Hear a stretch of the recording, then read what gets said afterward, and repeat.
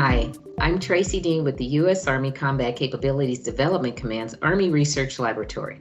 Welcome to What We Learned Today, a podcast where we talk with Army scientists and engineers about the science and technology that will modernize the United States Army and make our soldiers stronger and safer. Today I talk with Dr. Stephen Lee, who is the Army Senior Research Scientist for Interdisciplinary Sciences at the Army Research Office, an element of the laboratory. He serves as the foremost expert in the field for research between many different fields. Lee helps plan and develop the future vision of basic research, coordinating the individual extramural programs with the needs of the soldier and Army intramural laboratories while maintaining an active research program. Lee previously served as the ARL Chief Scientist, the ARO Chief Scientist, and helped transition the Defense Threat Reduction Agency's chemical and biological defense programs in the early 2000s. Lee is an adjunct chemistry faculty member at the University of North Carolina at Chapel Hill. Previously, he was the adjunct faculty member at Duke University. He earned a doctorate of philosophy from Emory University in physical organic chemistry. Stephen, welcome to What We Learned Today. Thank you very much. It's an honor to be here. Appreciate your time. Great. So first, let me congratulate you on winning the 2020 Theodore Roosevelt Government Leadership Award, more commonly referred to as the Teddy Award. You were awarded in the Defenders category. So tell me what led to you receiving this award. Well, it's a great honor for me to receive the Teddy Award in the Defenders category. The Defenders category relates to national security and your work to support national security. I was nominated by an industrial partner that I work with for the recognition of my work with industry and academia wide. Obviously, at ARO, our primary mission is working with the extramural basic research program, supporting universities and research across the spectrum in basic and fundamental research. In that, we are involved with small businesses, transitioning that technology or the science and research into possible technologies.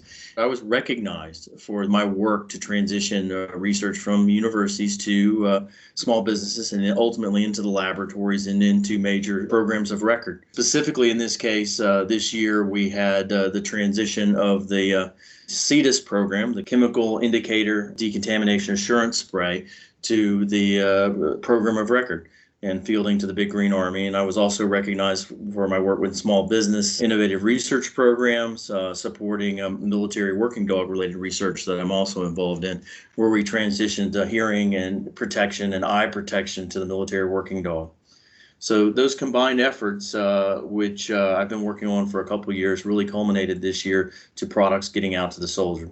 Your early career research was focused on science and technology that might protect the soldier from hazardous chemicals, explosives, and biological organisms.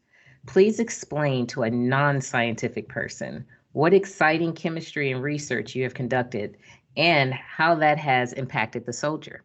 Absolutely, and that's what's excited me about my job and being an ST and working for the Army Research Laboratory is the cutting edge chemistry science that I've been involved in to provide capability for the soldier.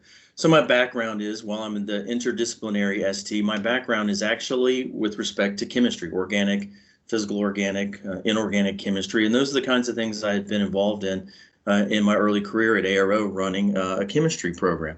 So what excited me over the years has been talking with academia, thinking about the new ideas how to use chemistry to either detect, neutralize chemicals, whether it's explosives, so detection of explosives, chemical warfare agents, other hazardous chemicals that might be out there in the battlefield space. So what excited me with that is how broad it is and how fundamental it is. So I've been involved in research from fundamental chemistry to more applied chemistry and technology for detectors that go into the field. Right now, the best kind of sensor you have out there is a dog for smell. Olfaction of working dogs is sensitive. They understand basic obedience and commands and actually can follow the soldier and do many things that without having verbal commands, just knowing this is how we work together with the dogs. The chemistry we were studying originally was really exciting. How can we emulate a dog's nose? So we had programs over the years that invested in simulating a dog's nose. We've developed technologies that are out in the field, like the phytoexplosive detector, which simulates and it's not nearly as sensitive as a dog's nose, We've worked with many other animals, whether it be birds, dogs, elephants, whatnot, to understand how they smell. And they all have different patterns, and they all rely on different olfaction capability to work in their environment. For dogs, once we had designed this artificial dog nose and designed the chemistry with MIT, with Professor Swagger, we put it in the system, and it was successfully deployed. And you can still find it in theater in many places at gates, screening vehicles and people for explosives. But what we did was we had managed to cut the dog out of the equation. So suddenly, when we had this artificial dog nose, we had to start training soldiers to do what some of the dogs did naturally, searching. How do they search? And every animal searches a little bit differently. Cats versus dogs versus snakes versus elephants. They search in olfaction in different ways, have different search patterns, but we had to train the soldier how to be like a dog. And that's what really got me, the chemistry got me excited about, the sensors that got me excited about how can we look at the dog and understand how it operates as a working dog and learn from it to guide robotics, to guide our sensors, to guide the chemistry that we're doing to sense explosives and chemical warfare agents. So now I've turned towards research where I'm involved with working dogs, understanding not just olfaction, but how to protect them, how to enable them better in the battlefield, how to make them work with the actual soldier, because they are the perfect partnering team. You know, we're designing mules and artificial dogs and all these things, but we really already have a system out there that partners perfectly with the soldier, and they're very effective at what they do, whether it's smell or hearing the things in the battlefield, or simply biting in the battlefield as a tactical partner. But the chemistry that ultimately I was working originally in smell and olfaction is what excited me and got me working with the military working dog. We will talk a bit more about your research with military working dogs, but first tell me, what was the spark that ignited your passion for this field of science? Well, it was really that. It was seeing the culmination, the spark that it ignited my passion for the field of science that I work in was first the chemistry and how do we understand and use that chemistry and tools for the soldier.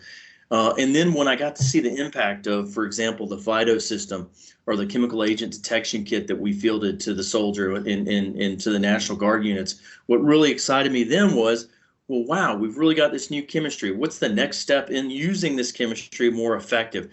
And that's where I realized that there's a translation, an innovation aspect where we need action on taking the fundamental chemistry and putting it into systems that actually work. And that's what ignited my passion for the field of science of detectors and decontaminants and protective gear like the uniform and whatnot, but also the military working dog was taking that chemistry, better understanding it, and then how to apply it. And the dog has served as a model for that, where I can understand, you know, these are the type of things that we're doing effectively, and how can we better translate that?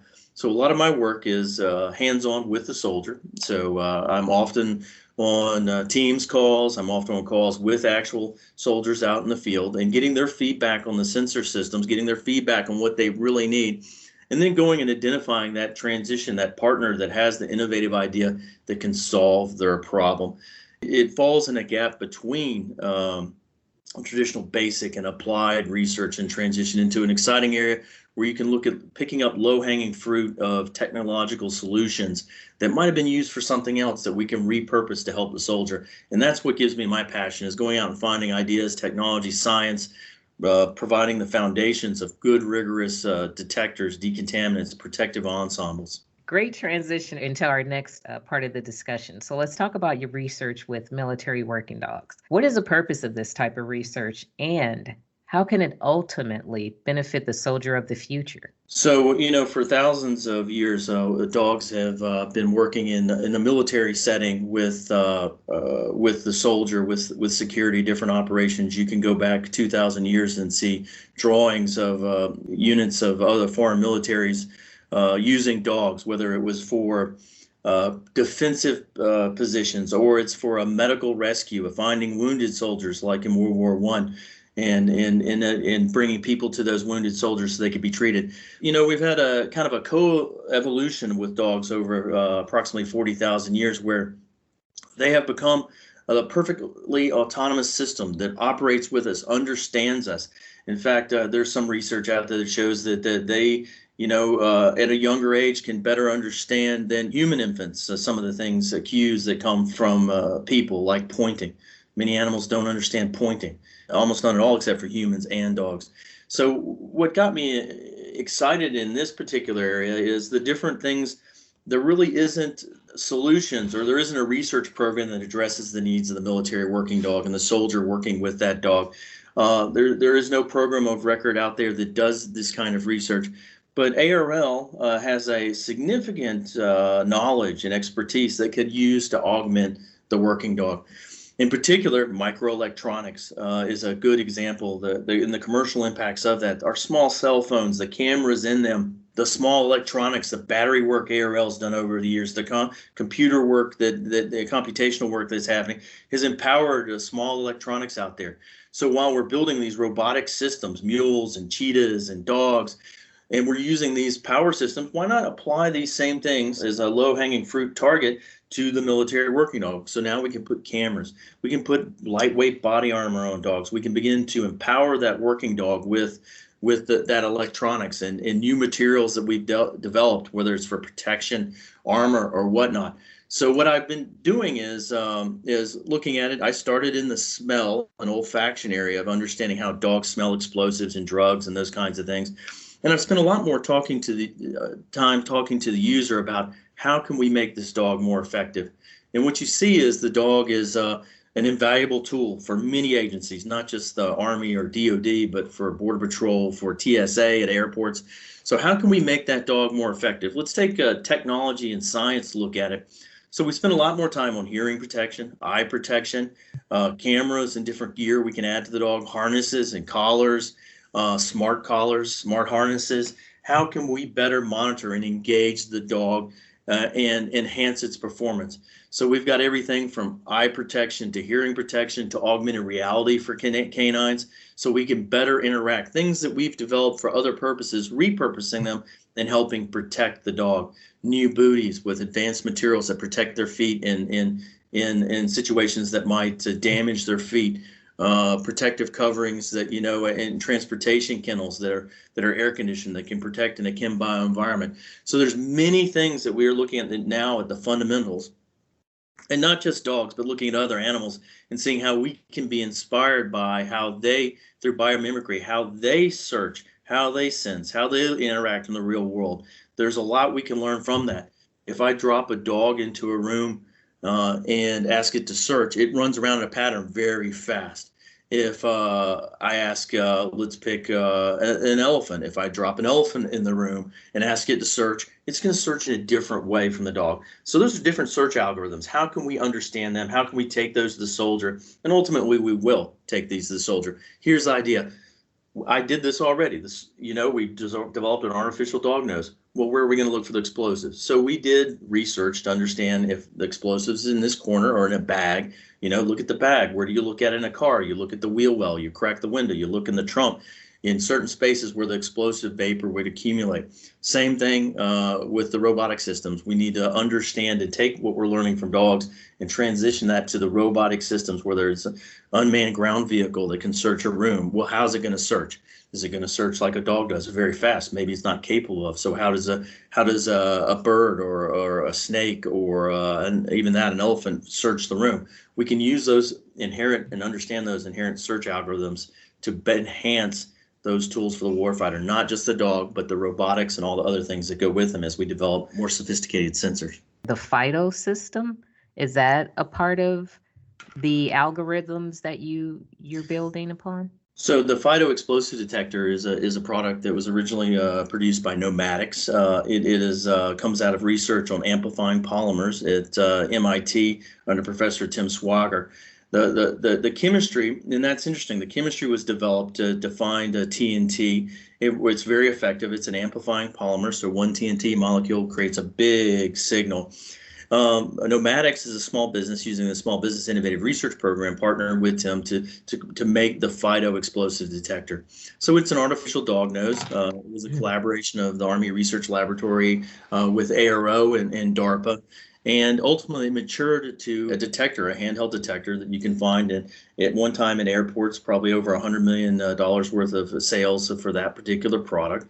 that's in the field. The last time I noted base security in overseas in many places still uses the phytoexplosive detector, but it is the fundamental chemistry that went into a system that had to be designed and then designed so that its form factor met what the soldier needed. So it's handheld, so the soldier can walk up and search vehicles and search bags and things like that.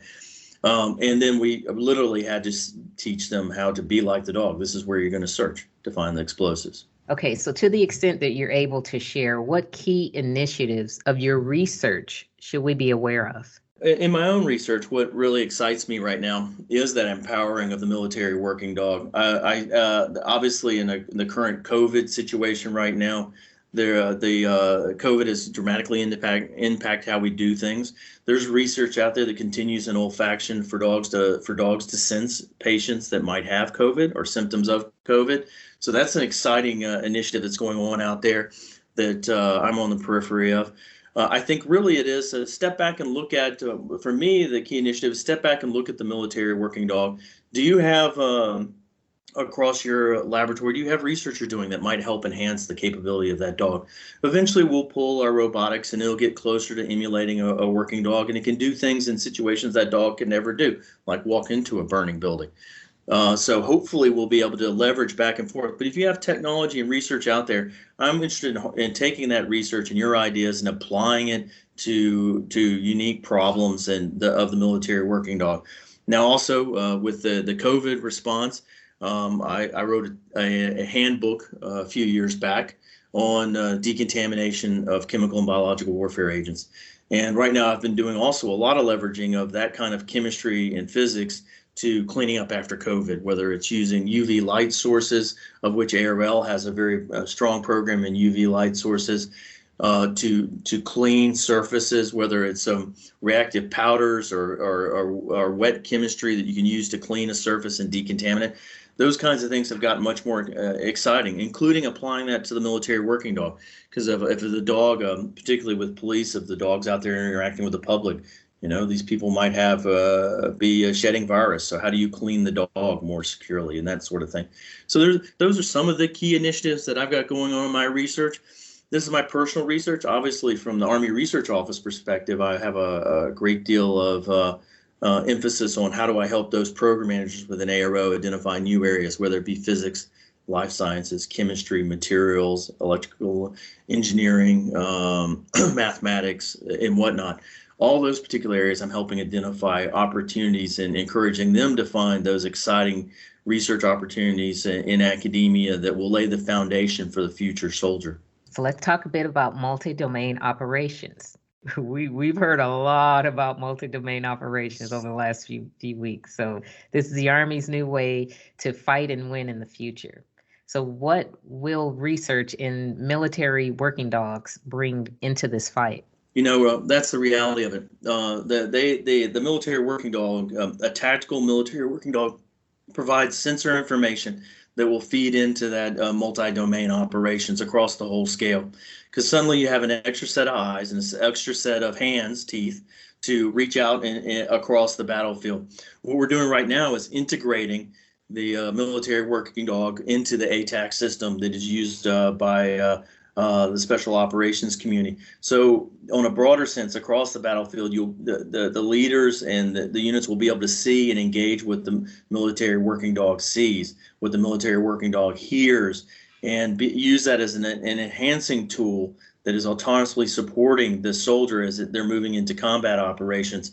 So what I see is we're beginning to, with these lightweight electronics and new power sources, we can sensor up the dog, and excitingly, we're integrating that into the entire battlefield. So you'll be able to see what they do and know how to respond to that, communicate with the dog through the network. That excites me. I think that some of the things we've done is develop tags and location locators that we can apply. The dog can drop, sensors that can help set up communication networks across the battlefield that the dog can drop.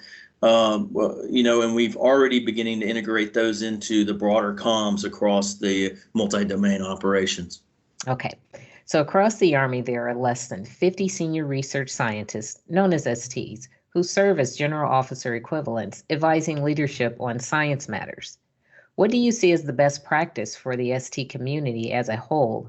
And what are you, as a research leader, doing to help make the Army of the future stronger when it comes to interdisciplinary research? So I'm currently the president chair of the ST Corps for all Army STs. So in that role, what I'm seeking to do is to enhance and grow our presence. STs are senior research scientists through experience and qualifications, have general officer level equivalency, and we need to open and better communicate what we're doing. And it goes both ways. We need to talk about the research that we've got going on, and we need to reach in and get the Army and leadership to communicate back to us, how can we best support? So right now, I'm focused primarily on communications, both ways, between senior leaders of the management of the Army and S&T programs, as well as getting the STs more integrated into the actual process of how decisions are made technically.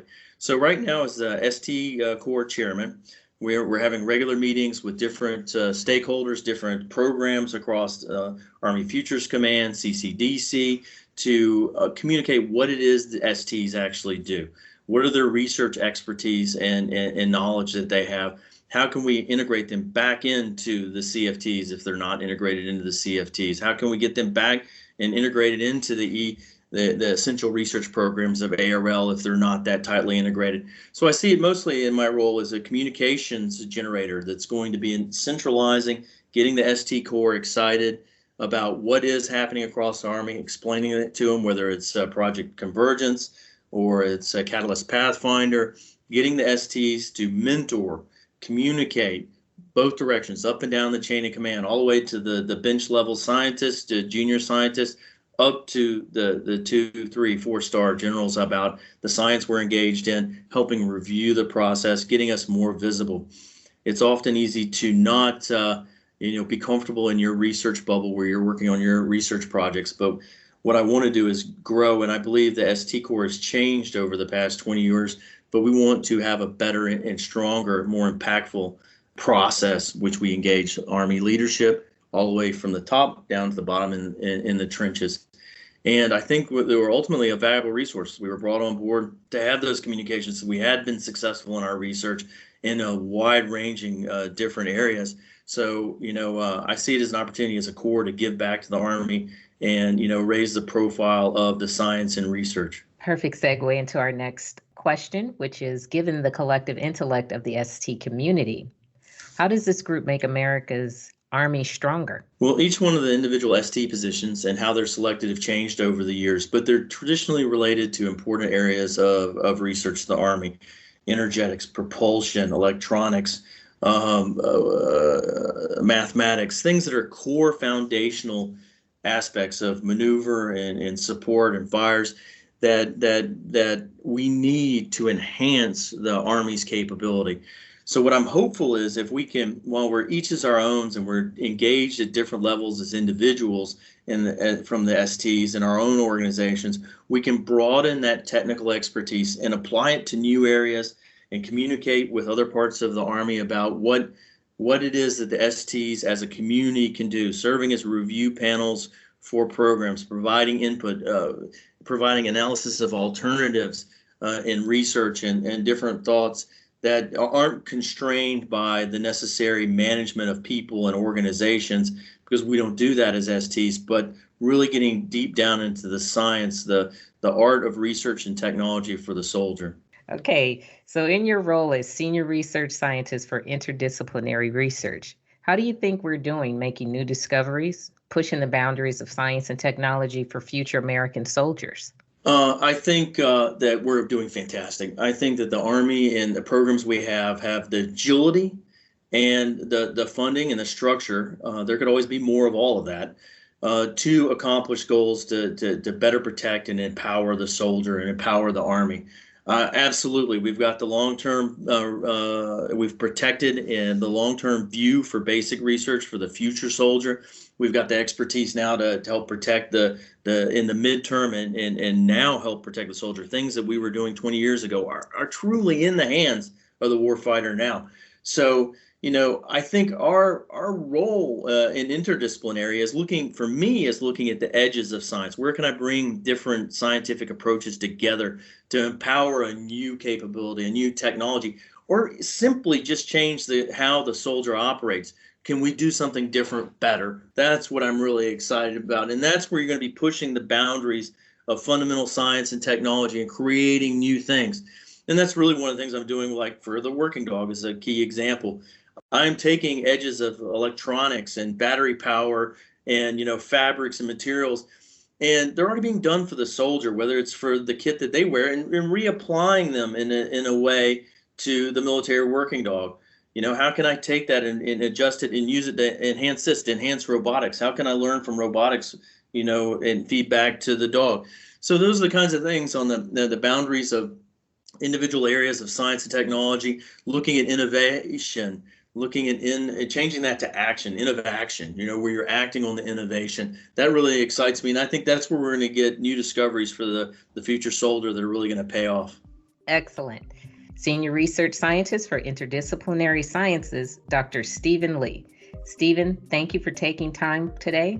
It was very enlightening. Thank you very much. Delighted to participate in this forum. Well, thanks for joining us for What We Learned Today. In upcoming episodes, we'll continue the discussion about the underpinning research that will build the Army of the future. Please consider liking and subscribing. Science is a journey of discovery, and we're glad you're along for the ride. For the Army Research Lab, I'm Tracy Dean.